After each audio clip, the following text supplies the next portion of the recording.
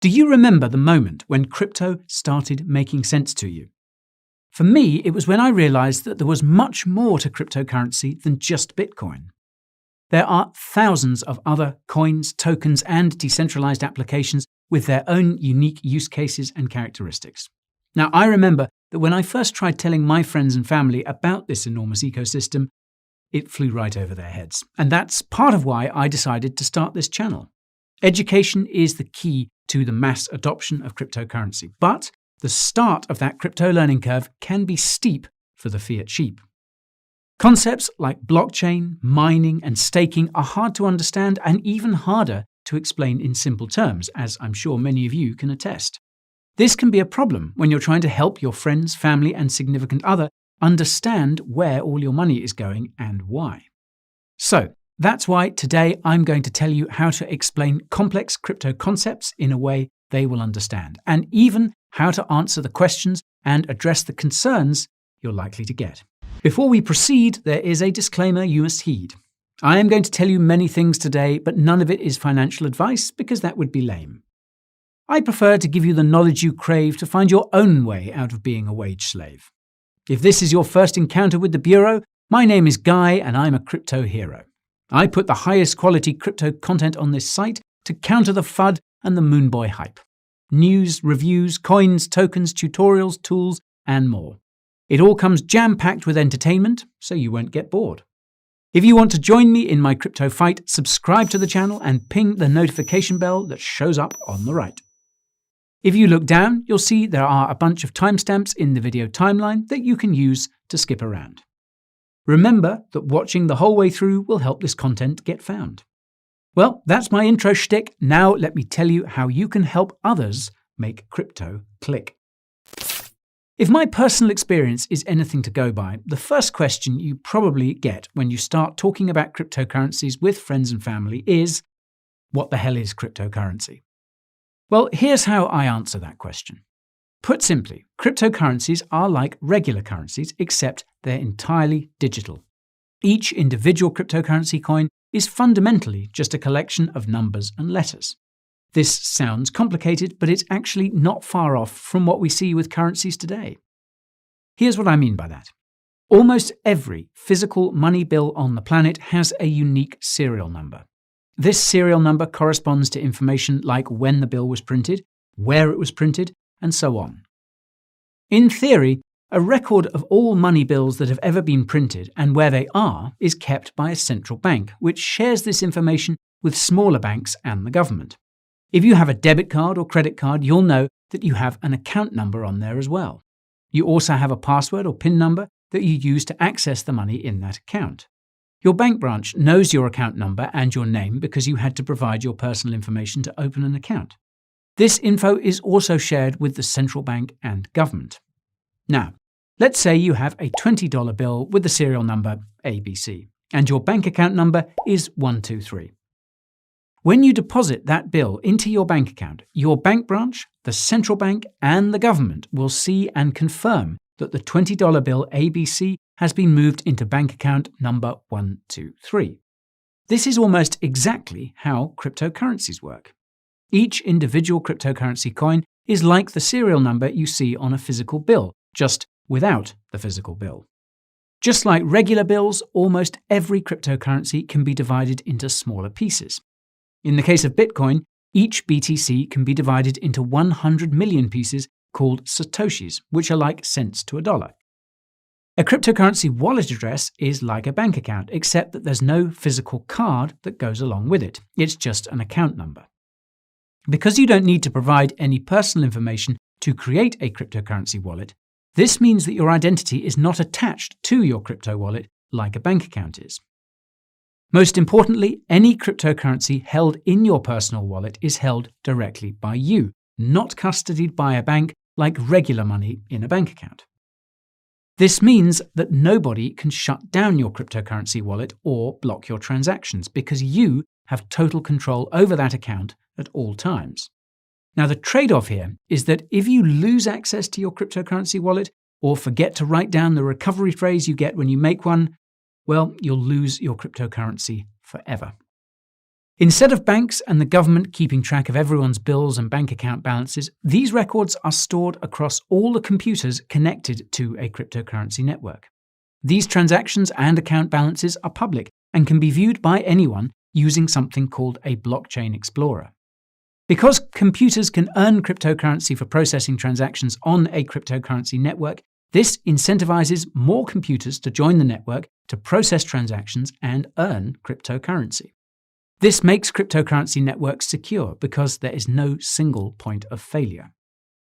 This is called decentralization, and it's the polar opposite of the centralized setups of governments and banks. Now, in case you didn't put two and two together, that means the digital currencies banks around the world are creating are not cryptocurrencies. They're creating a seriously dystopian payment network. Be sure to tell them that the Coin Bureau has a video about that on their YouTube channel, and it's in the top right here. Once you've blown their minds with that analogy, you'll probably get questions about Bitcoin and Dogecoin and any other cryptocurrencies they've heard about. Here's what I would say.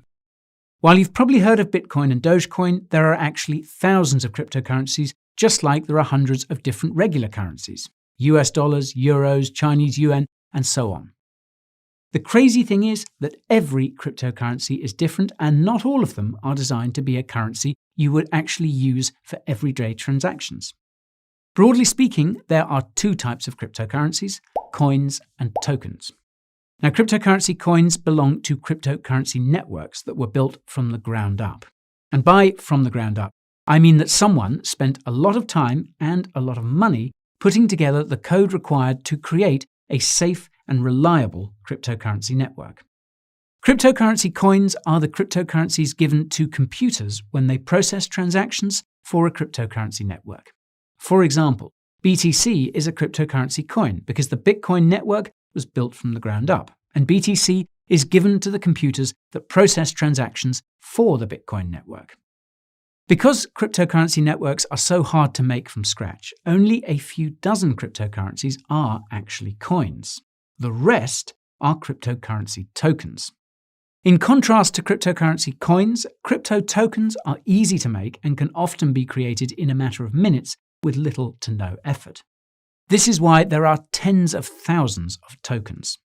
The NFTs you keep hearing about are actually cryptocurrency tokens that are like digital certificates of ownership for physical or digital art pieces. NFTs are just the tip of the iceberg of what you can do with tokens as well. For example, there's a company called Circle that issues a cryptocurrency token called USDC. USDC is fully backed by real US dollars, which means that for every one USDC in circulation, Circle has $1 US in the bank. You can create USDC by giving them your dollars and redeem your dollars with USDC. Another company called Paxos issues a cryptocurrency token called PaxG. Each PaxG token is backed by 1 troy ounce of gold kept in a vault here in London, and you can redeem PaxG tokens for real physical gold or US dollars. The best part is that both Circle and Paxos are fully regulated in the United States and regularly audited to make sure they have the appropriate number of reserves on hand backing their tokens. How's that for security? Now, speaking of security, the most important thing to remember about cryptocurrency tokens is that a lot of them are nothing more than scams. This is primarily because cryptocurrency tokens are so easy to create. All a scammer needs to do is create a token, set up a fancy website, pay for a few ads on social media, pay a few news outlets to feature their shitcoin, and they can get rich off crypto noobs overnight.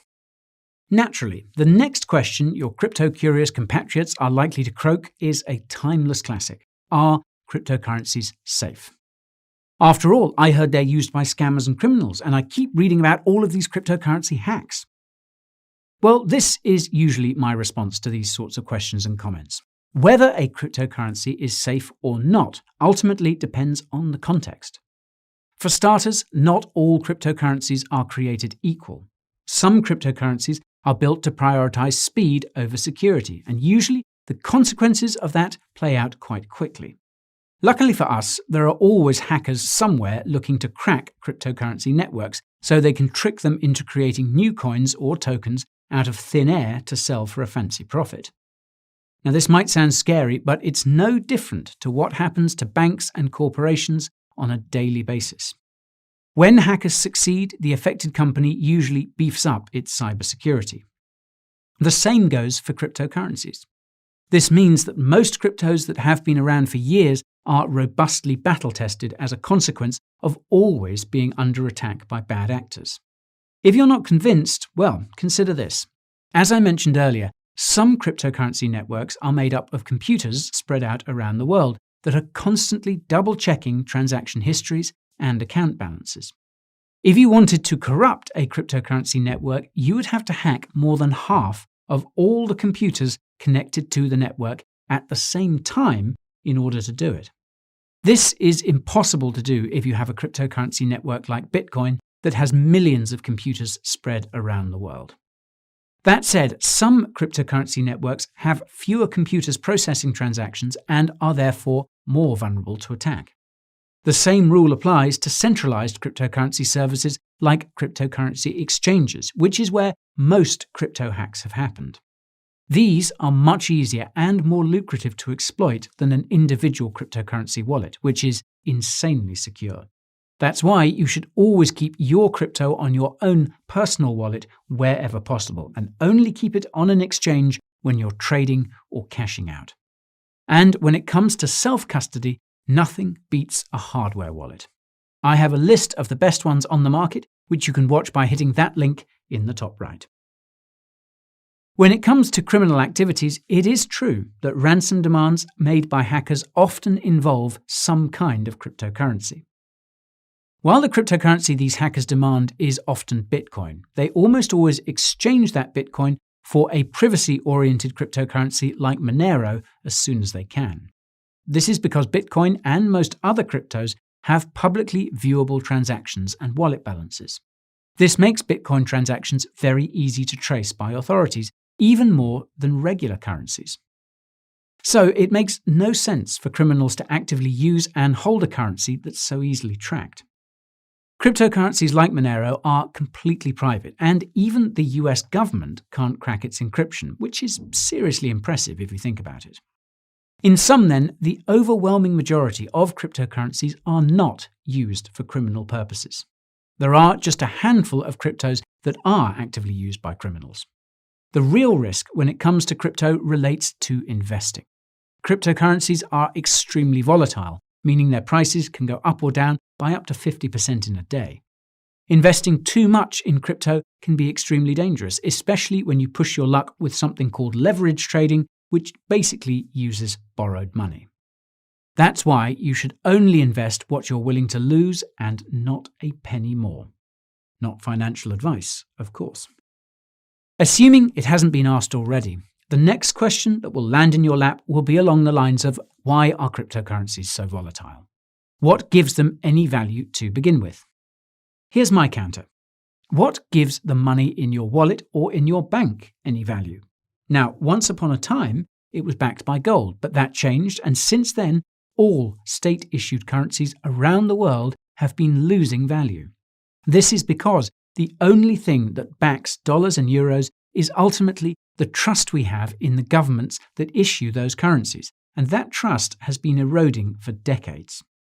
Not only that, but governments have been actively printing and manipulating their currencies to benefit themselves and the corporations that fund them at the expense of the average person. This has caused record levels of inflation that incentivizes spending over saving, which leads to overconsumption and causes the sort of environmental catastrophes they claim to want to stop. You can direct them to my video on the massive fiat Ponzi if they want further context. Anyways, after that rant, I usually go on to address the actual question. Cryptocurrencies are valuable because of what they do. Obviously, this value changes depending on which cryptocurrency we're talking about. Bitcoin has value because its BTC coin has an economic profile similar to gold. It has a maximum supply, and only a small amount of BTC is created each day, and that amount is cut in half every 4 years. Assuming demand for Bitcoin stays the same over time, this would lead to a doubling of Bitcoin's price every 4 years. However, demand for Bitcoin has increased over time as we realize how weak regular currencies can be. And this awareness has been enhanced by the current pandemic. As basic economics dictate, when something has a limited supply but the demand for it continues to increase, prices inevitably rise. Many investors also see Bitcoin as a safe place to park your capital outside of the current financial system, including me. One important thing to note is that most other cryptocurrencies are highly correlated to Bitcoin, meaning their prices are reliant on what BTC does. Even though that's the case, some cryptos such as Ethereum have insane value due to the utility they provide. The Ethereum network can be used to create those cryptocurrency tokens I was talking about earlier, and you can even create decentralized applications and websites that can't be censored or shut down. All transactions related to creating and moving tokens and interacting with these applications require Ether to pay for gas fees. This means the demand for ETH rises as the Ethereum network gains adoption, and Ethereum has seen some serious adoption. Visa is testing payments on the Ethereum network using that USDC token I mentioned earlier, and the European Central Bank even issued a bond on the Ethereum blockchain. Now, the reason why the value of BTC, ETH, and every other cryptocurrency fluctuates so much each day is because basically nobody knows what these technologies are actually worth. The prices of stocks and gold and even regular currencies fluctuate every day for the same reason, but cryptocurrencies are much more volatile because what they do is revolutionary. Cryptocurrency networks make it possible to lend, save, and borrow without an identity, credit score, or bank. They make it possible to do business directly with other people without a middleman taking a cut, meaning service giants like Uber and tech giants like Facebook could become obsolete. They make it possible for communities to pool their funds together and vote on how they should be spent, which could eventually cut out the needs for governments and their crooked politicians. You could even say that cryptocurrencies are the equivalent of a powerful alien technology that threatens the dominance of the powers that be. Now, this potential makes the average crypto investor very emotional. The slightest possibility of a clampdown on crypto results in a market crash, and the most outlandish rumor can lead to a massive market pump. In the longer term, however, you can see that crypto is growing, and that growth is unlikely to stop anytime soon. Now, by this point in time, you've probably more or less convinced your cohort that crypto is pretty legit, and that means there's only one question they have left to ask you. Which cryptocurrencies should I buy? Well, before you answer that question, you must remember to emphasize that nothing you tell them is financial or investment advice. Otherwise, you could end up in court if their crypto investments go south. And even if you're legally covered, you could still find yourself eating a knuckle sandwich or two if your guidance directs their greed to a financial gutter. That's why I usually respond with the following. Which cryptocurrencies you decide to invest in boils down to your timeline and risk tolerance. In terms of timeline, the cryptocurrency market seems to follow a 4-year cycle. We're currently in the bull market phase, which is where prices gradually rise. The crypto bull market could end as soon as this fall and as late as early 2022, and the likelihood that you will sell your cryptocurrencies when they're at their highest prices is slim to none. Although most cryptos have seen most of their gains for this bull market, a 2 to 3x return on investment is still possible, and it's even more likely if you decide to hold until the next crypto bull market. Fun fact, buying and holding cryptocurrency will give you about the same amount of profit as actively trading crypto, which I don't recommend you do unless you plan on making it your full-time job. When it comes to risk tolerance, it might sound a bit funny considering cryptocurrencies are risky investments, but there are varying degrees of risk even within the crypto market. Logically, the more risk you're willing to take, the greater reward you stand to gain. Now, the easiest way to measure risk and reward is to look at a cryptocurrency's market cap. This is an extremely important metric to check because the dollar value of cryptocurrencies can be misleading.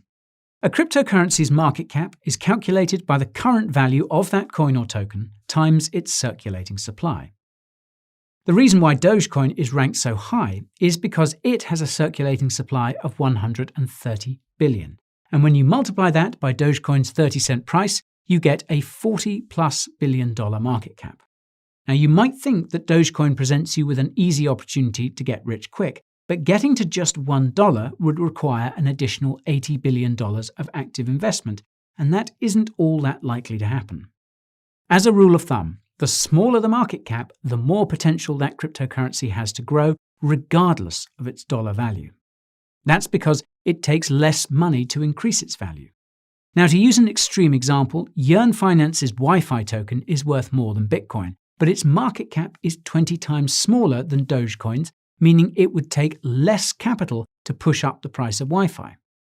With the exception of Dogecoin and a couple of others, most of the cryptocurrencies in the top 10 by market cap could be considered low-risk investments. Cryptocurrencies like Bitcoin, Ethereum, and Cardano are likely to be around for many years, and they will likely double, if not triple in price before this bull market is over. The other 90 cryptocurrencies in the top 100 could still see gains of 3 to 5x, but the further you move down the list, the riskier the investment becomes because it also takes less capital to crash their price. I would personally stay away from any crypto that isn't among the top 200 by market cap because most of the quality projects have already come out of the woodwork, and going any further is just gambling. Well, that's all for today's tutorial on how to talk to no-coiners about cryptocurrency. So, if you liked what you saw, let me know by smashing that like button. Remember to subscribe to the channel if you're crypto crazy, and feel free to send this video to your family and friends if you're feeling lazy. Now, I'd love to hear from you. So, how do you answer common crypto questions and concerns about crypto?